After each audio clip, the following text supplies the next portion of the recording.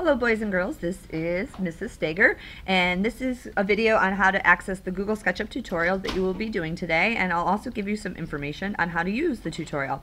So the first thing that you want to do is reduce your screen and go to the computer button. Once you get to the computer button, you're not going to go to the S drive like we usually do. That's a no-no.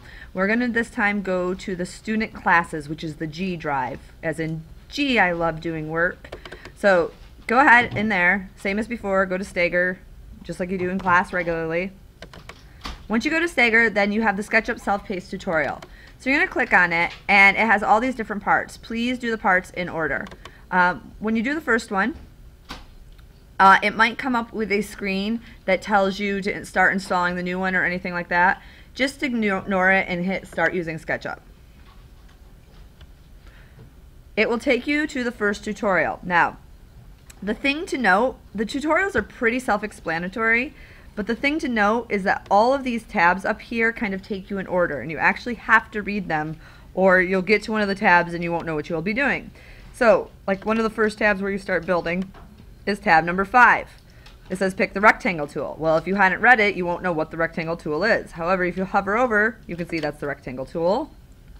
You go ahead, draw what they say right next to it, and then you go to the next tab. Okay? You're going to be doing the same thing for all of the other tutorials as well.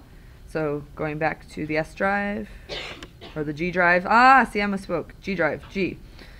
Going back to the G drive, all the other tutorials kind of do the same type of thing. Sorry for wasting time. And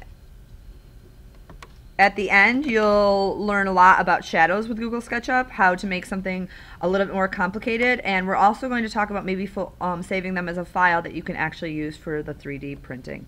So I hope you enjoyed the tutorial. I hope you have success, and good luck.